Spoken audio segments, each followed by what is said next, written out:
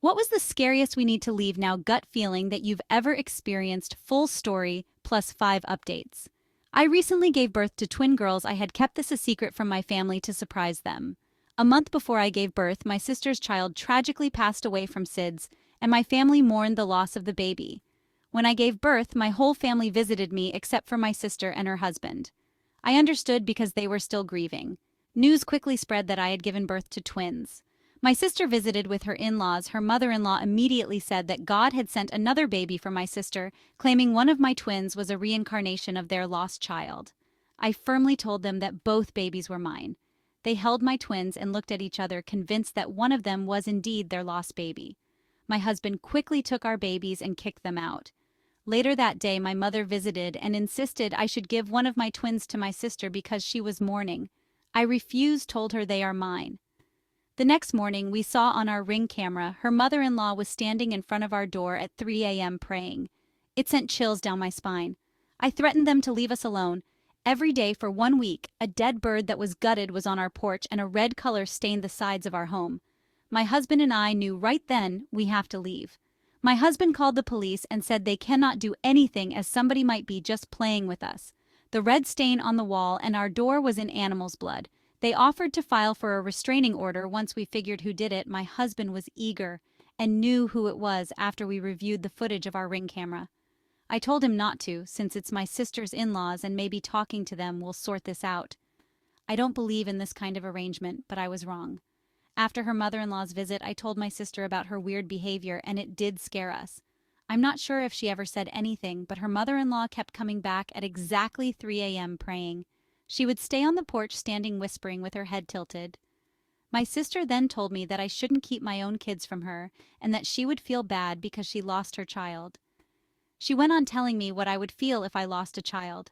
She had been the favorite child and she gets everything all the time, and it's just one time where things didn't favor her. After my sister terrorized me every day, sending me thousands of messages and emails, one morning we found a dead bird on our porch, gutted as if someone had intentionally done it. It went on for a week. I called my sister and told her that if her mother-in-law visited again, we would call the police. My sister never replied. A few days later, everyone, including me, my twins and my husband, started to get really sick. I felt like somebody had done something to us, and I suspected it was her mother-in-law. My mother came to stay and help since we had been so sick. Not only that, my husband got into a car accident where someone rear-ended him on the freeway, destroying our car. Thankfully, my husband wasn't seriously injured. The second one we were lucky enough because we had our kids in the back. With my husband's quick reflexes, he was able to avoid the car on his right, which collided with a car in front of us, hitting another car which resulted in 2 casualties. One day, I let my mother visit me to help with the chores.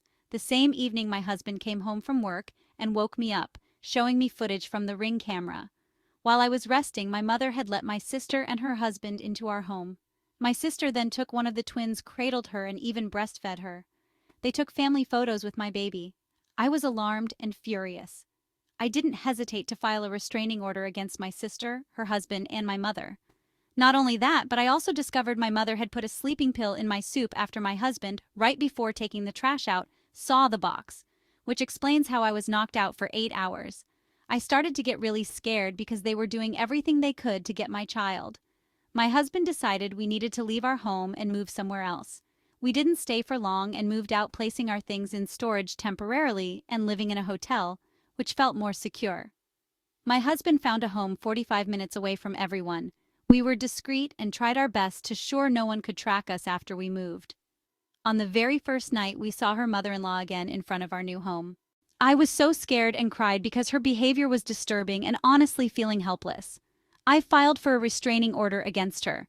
We informed our landlord and they allowed us to move without losing our deposit, letting us break our lease. We moved 3 times within a year and the same thing kept happening. My husband then moved us to an expensive but secure apartment. We made sure the condo was safe with only approved guests allowed to visit us. 2 months went by and we lived peacefully until we learned that my sister's husband had applied to work at our apartment complex and had sneaked up to our floor. He left a note on our door saying they wanted to see the baby. We reported them to the management, fearing for our safety. They eventually fired him because of the restraining order against him. My husband and I were exhausted. There were instances that whenever we were out, somebody was following us. All of these were happening before our twin girls even turned 1. Imagine the exhaustion we went through moving from house to house because our family wanted our child. My husband and I decided to move abroad and live in hiding. We hadn't returned to the States for 5 years. Thinking they had left us alone, we decided to move back because my husband got a great offer and promotion.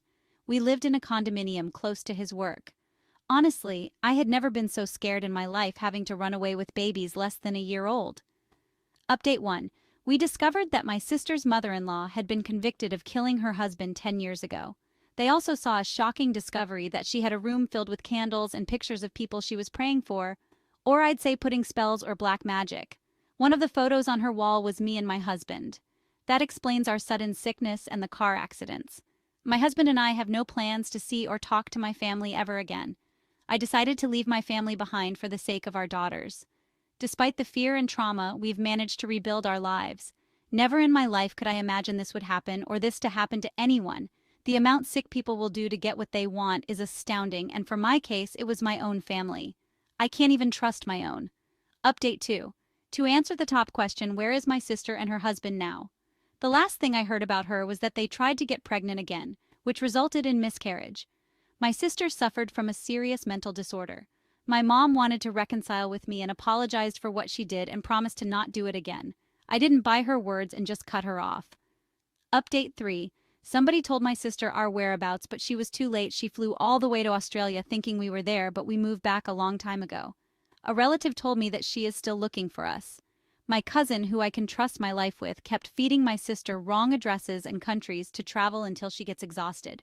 Took her 4 countries to stop looking for us. Honestly, if she ever succeeds in finding us, I am ready to confront her and protect my family. I'll take her out when she steps on my property. Update 4. Yes, my sister actually tried to sue us. Remember when I told you about my mother letting my sister and her husband into our home after causing me to sleep for 8 hours? Well, my sister and her husband didn't stop there. They took it to another level and tried to sue us, claiming we had stolen their baby, my baby.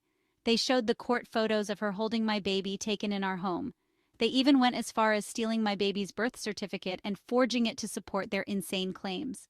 My mother cited my sister and testified saying my daughter is my sister's child, but the court didn't buy it. My delivery doctor and nurse testified confirming the truth. During the hearing, my sister had a complete breakdown screaming that my baby was hers and that I didn't deserve my children. It was a dramatic and terrifying moment that left everyone in the courtroom shocked. Update 5. After everything that happened, my husband and I decided to leave the States for good. We realized we would be safer if we left. I want my family to live in peace and be protected without my crazy sister chasing us. This has been the most exhausting experience of my life. Thank you everyone for your support. I appreciate all the tips and suggestions and will definitely keep them in mind.